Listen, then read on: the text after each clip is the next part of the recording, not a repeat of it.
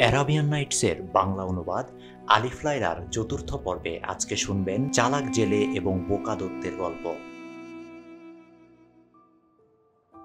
একসময় এক বৃদ্ধ জেলে তার স্ত্রী আর ৩ পুত্রকন্যা নিয়ে এক নদীর ধারে বাস করত। প্রত্যেক দিন মাত্র ৫ বার জাল জলে ফেলত সে, এর বেশি কোনোদিন ফেলত না। একদিন দুপুরবেলায় নদীর ধারে এসে জালের প্যাটরাটা নামিয়ে জলে ছড়িয়ে দিল জাল। কিছুক্ষণ বাদে জালটা যখন গুটিয়ে তুলতে থাকলো, তখন মনে হলো কি যেন একটা ভারী জিনিস জালে বেঁধেছে। আশায় আশায় কুলে তুলল জাল। হায় আল্লাহ, একটা গাছের গুড়ি! জালটা গুটিয়ে দিয়ে আবার ছত্রাকারে ছড়িয়ে ফেলল জলে। এবার তুলে দেখল জালে জড়িয়ে গেছে একটা মরা গাধা। মনটাই খারাপ হয়ে গেল। আল্লাহর বোধহয় এরকমই ইচ্ছা, তা না হলে এমনটা হবে কেন?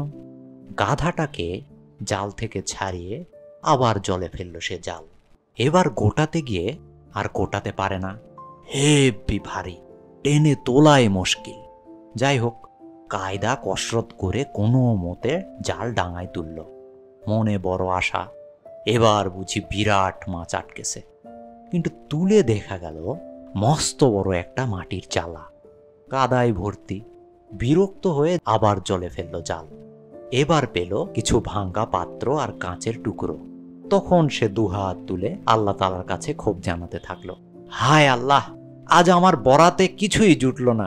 ৪ বার জাল ফেললাম, কিছুই পেলাম না। এবারই শেষবার, দেখি তোমার কি দয়া হয়। এই বলে শেষবারের মতো ফেলল জালখানা। গোটাতে গিয়ে মনে হলো কোন পাথরের চায়ে আটকে গেছে। অনেক কসরত ফসরত করে শেষ পর্যন্ত তুলে আনতে পারল উপরে। জেলে দেখল একটা তামার জালা। জালাটার মুখ সিলমোহর করা। মোহরের গায়ের ছাপটা পরে দেখল দাউদের পুত্র শাহেনশাহ সুলেমানের নাম অঙ্কিত করা আছে। ধীবরের মনে আশার সঞ্চার হলো। যাক, এমন একটা জিনিস পাওয়া গেল যা বিক্রি করে কিছু পয়সা হয়তো পাওয়া যাবে। অন্তত 10টা দিনার তো পাওয়া যাবেই। জালাটা একটু নেড়ে চেড়ে দেখতে চাইল, কিন্তু বেজায় ভারী, নাড়ানো শক্ত। জেলে ভাবল আগে দেখতে হবে এর মধ্যে কি আছে। অনেক গল্প কাহিনীতে শুনেছে সেকালের বাদশারা ঘোড়া, মোহর, সোনা এগুলো মাটির তলায় পুঁতে রাখত।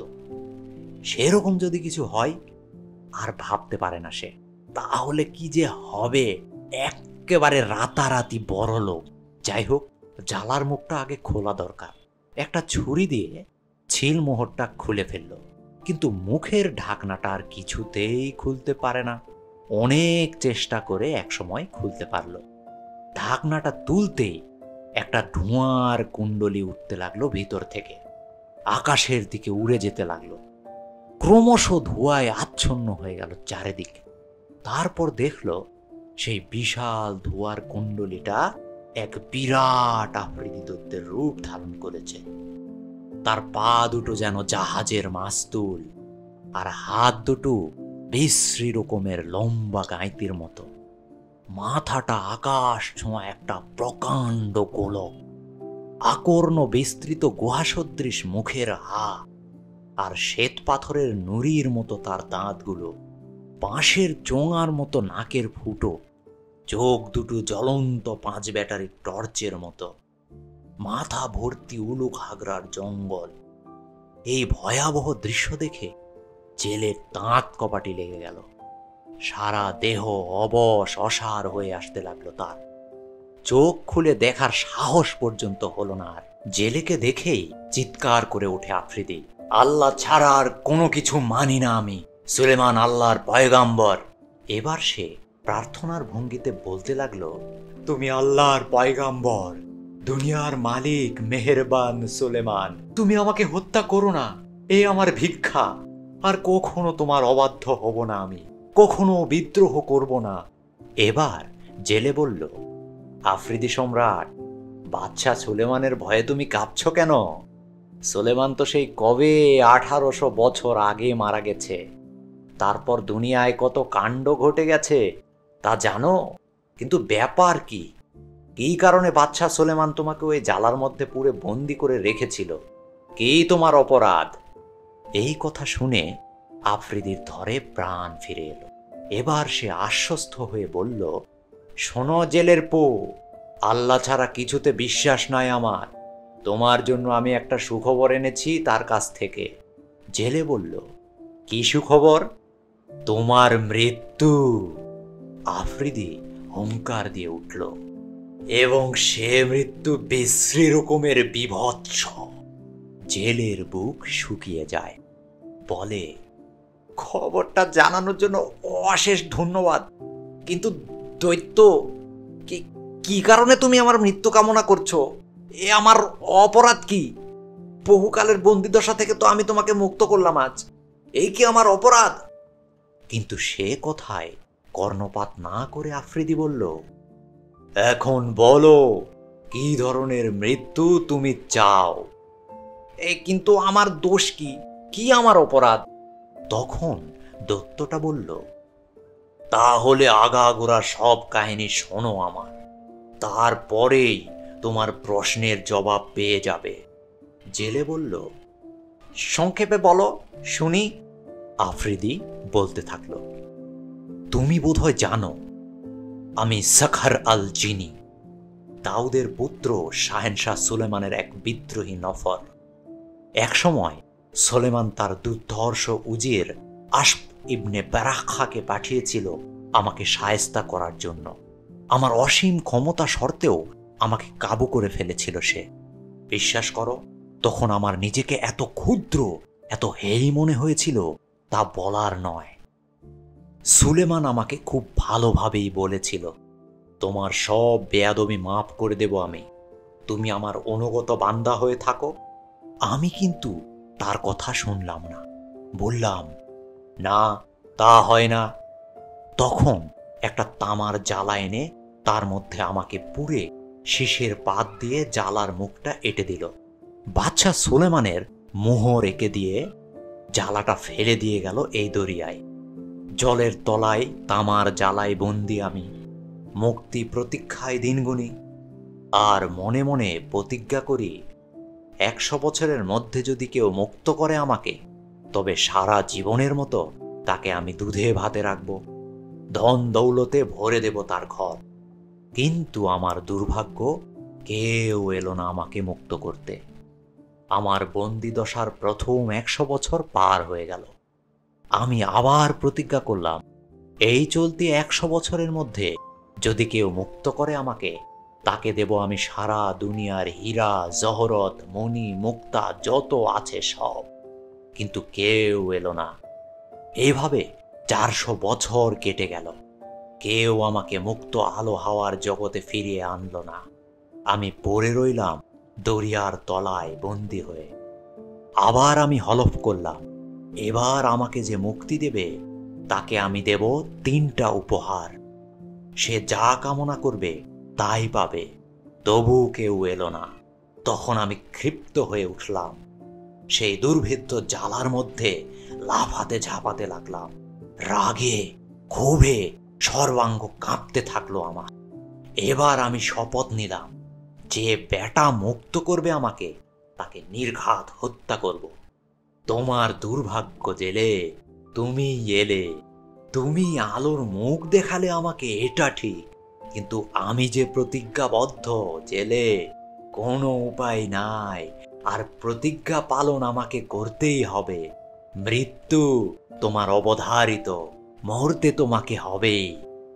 এখন ঠিক করো, কি ধরনের মৃত্যু তুমি চাও? দৈত্যের কাহিনী শুনে ধীবরের বুক দূর দূর করে উঠল। এই আমার নসিবে লেখা ছিল? আমি তো জীবনের সজ্ঞানে কখনো কোনো পাপই করিনি। উপায়ন্তর না দেখে করজোরে প্রাণ ভিক্ষা করতে লাগলো জেলে। তুমি আফ্রিদি সম্রাট, তোমার মহিমা অপার, তুমি আমাকে মাফ করে দাও, খোদা তোমার ভালো করবেন। আফ্রিদি কিন্তু সে কথায় কান দিল না। বলল, আমার সময় নষ্ট করো না জেলে, এখন ঠিক করো কি রকমের মৃত্যু তোমার কাম্য। জেলে বলল, আমি তো কোনো দোষ করিনি, আমাকে যদি হত্যা করো আল্লাহ তোমাকে রেহাই দেবেন না। তোমার চেয়ে শক্তিমান কাউকে পাঠাবেন তিনি, তার হাতে তোমার মৃত্যু হবেই। কিন্তু আফ্রিদির সেই এক কথা, না না, আমি প্রতিজ্ঞা করেছি জেলে, যে আমাকে মুক্তি দেবে আমি তাকেই হত্যা করব। তুমি সেই লোক, তোমাকে আমি তো ছাড়তে পারি না। ধীবর তখন মরিয়া হয়ে চিৎকার করে ওঠে, এইভাবে কি উপকারের প্রতিদান দাও তোমরা? প্রবাদ শুনেছি, দুধ দিয়ে কাল সাপ পুষো নাকো ঘরে, একদিন তারই বিষে উপকারী মরে। থাক থাক, ঢের হয়েছে। দৈত্যটা জরা গলায় হুঙ্কার ছাড়ে, মেলাই বকেছ, এবার থামো। নাও, চটপট তৈরি হয়ে নাও, আমি তোমার জান নেব। ধীবর দেখল সব চেষ্টা বিফল হয়ে গেল, আর কোনো গতি নাই। কিন্তু আল্লাহ আফ্রিদিকে অসীম শক্তি আর মানুষকে কিছু বুদ্ধি দিয়ে পাঠিয়েছেন। দেহের বলের চেয়ে বুদ্ধির বল অনেক বড়। সেই রকম একটা বুদ্ধির পেঁচে ফেলতে না পারলে শয়তানটার হাত থেকে রেহাই পাওয়া তো যাবেই না। এই ভেবে হঠাৎ একটা ফন্দি এলো জেলের মাথায়। বলল, তুমি তো আমাকে হত্যা করবেই, কোনো সন্দেহ নাই, কিন্তু কি অপরাধে বলো? আফ্রিদি এবার একেবারে রেগে মেগে আগুন হয়ে গেল। বারবার এক কথা বলতে আমার ভালো লাগে না জেলে। তোমাকে তো অনেকবার বললাম, আমি হলফ করেছি, যে আমাকে মুক্ত করবে তাকেই আমি হত্যা করব। আমি ওই তামার জ্বালায় বন্দি ছিলাম, আজ তুমি জ্বালার মুখ খুলে দিয়ে আমাকে মুক্ত করেছ। জেলে বলল, জ্বালা আমি পানি থেকে তুলেছি ঠিকই, এবং তার মোহর ভেঙে ঢাকনাও খুলেছি, তাও ঠিক, কিন্তু এই কথা বলি দৈত্যমশাই, তোমার ওই বিশাল বপুটা ওই জ্বালার মধ্যে আঁটে, এটা কেউ বিশ্বাস করবে এই আজগুবি কথা? তোমার একখান ঠ্যাঙের অর্ধেক ঢুকবে না ওর ভিতরে, তা আবার বলছো গোটা শরীরটা নিয়ে দিব্যি কাটিয়ে দিয়েছ এতটা কাল। কি বলি, সকালে গাঁজা টাজা কিছু খেয়েছ নাকি? এমন আষাঢ়ে গল্প তো আরব্য রজনীর কাহিনীতেও শুনিনি কখনো। ধীবরের কথা শুনে দৈত্য তো রেগে কাত। দাঁত মুখ খিঁচিয়ে দুই হাত দিয়ে জেলের গলাটা টিপে ধরতে যায়, বলে, মুখ সামলে কথা বলো বলছি জেলে, একেবারে শেষ করে দেব। আমি মিথ্যা কথা বলছি না, আমি মিথ্যাবাদী, আমি ছিলাম না ওই তামার জ্বালায়। এত বড় কথা, এই দেখো কেমন করে এর মধ্যে আমার দেহটা ঢোকে, একবার চোখ মেলে দেখো মূর্খ জেলে কোথাকার। এই বলে আর কালক্ষেপ না করে জ্বালাটার মধ্যে আস্তে আস্তে নিজের দেহটা গুটিয়ে নিয়ে ঢোকাতে লাগলো দৈত্য। এইভাবে পুরো দেহটা যখন ঢুকে গেল, তখনই ধীবর অর্থাৎ সেই জেলে সেই সীসার ঢাকনাটা এঁটে দিল জ্বালার মুখে। এমন সময় প্রভাতের আগমনে শাহরাজাদ থামল। পরদিন চতুর্থ রাত্রির কাহিনী শুরু হলো।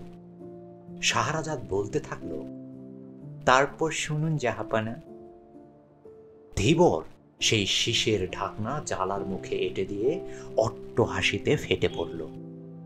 আফ্রিদিকে শুনিয়ে শুনিয়ে চেঁচিয়ে চেঁচিয়ে বলতে লাগলো, ও হে শয়তানের বাচ্চা, এবার তুমি বেছে নাও কি ধরনের মৃত্যু তুমি চাও, না হলে আমিও তোমাকে আবার ওই দরিয়ার জলে ডুবিয়ে দেব, আর এই দরিয়ার পারে ঘর বেঁধে বাস করব, যাতে না অন্য কোনো জেলে তোমাকে তুলে তার নিজের মৃত্যু ডেকে আনে।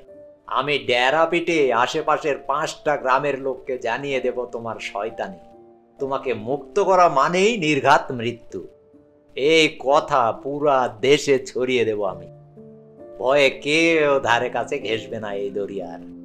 দেখি কে তোমাকে মুক্ত করে। জ্বালার মধ্যে নিজের বোকামির জন্য ছটফট করতে থাকে আফ্রিদি। প্রাণপণে চেষ্টা করে বেরিয়ে আসার জন্য, কিন্তু সুলেমানের মোহরাটা জ্বালার মুখ খোলার বা ভাঙার ক্ষমতা কোনো দৈত্যেরই নাই। অনেক কাকুতি মিনতি করলো দৈত্যটা। তোমাকে কথা দিচ্ছি ধীবর ভাই, আমি তোমার কোনো ক্ষতি তো করবই না, বরং দুনিয়ার ধন দৌলতে ভরে দেব তোমাকে, আমাকে ছেড়ে দাও ভাই। জেলে কিন্তু তার কথা বিশ্বাস করে না, বলল, তোমাকে যে বিশ্বাস করবে সেই মরবে। তুমি কি জানো না সেই বাদশাহ উনানের উজির আর হেকিম রাজানের কিস্সা? শোনোনি কখনো? জ্বালার ভিতর থেকে আফ্রিদি বলে, না ভাই, বলো দেখি শুনি। জেলে তখন বলতে শুরু করলো।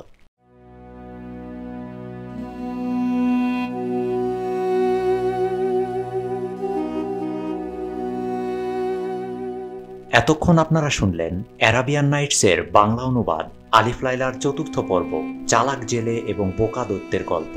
আজকের পর্বটি আপনাদের কেমন লাগলো কমেন্ট করে জানাতে ভুলবেন না। আপনাদের প্রত্যেকটি মতামত অত্যন্ত গুরুত্ব সহকারে বিবেচনা করা হবে। চ্যানেলে নতুন হয়ে থাকলে চ্যানেলটিতে সাবস্ক্রাইব করুন। কন্টেন্টটি ভালো লেগে থাকলে লাইক করুন, শেয়ার করুন। আপনি নিজে শুনুন, আপনার বন্ধু বান্ধবকে জানান। আমি খালিদ ইবনে ওয়াদুদ প্রতি বুধবার রাত 9টায় আলিফ লায়লার এক একটি পর্ব নিয়ে উপস্থিত হই আপনাদের সামনে আমার এই ইউটিউব চ্যানেলে। ছেলেবেলার স্মৃতি বিজড়িত আলিফ লায়লার এই পর্বগুলোকে আপনাদের কাছে পৌঁছে দেওয়ার জন্যই আমাদের এই বিশেষ নিবেদন। আজ এ পর্যন্তই। আগামী বুধবার নতুন একটি পর্ব নিয়ে দেখা হবে আবারও আপনাদের সাথে। সে পর্যন্ত ভালো থাকবেন, সুস্থ থাকবেন।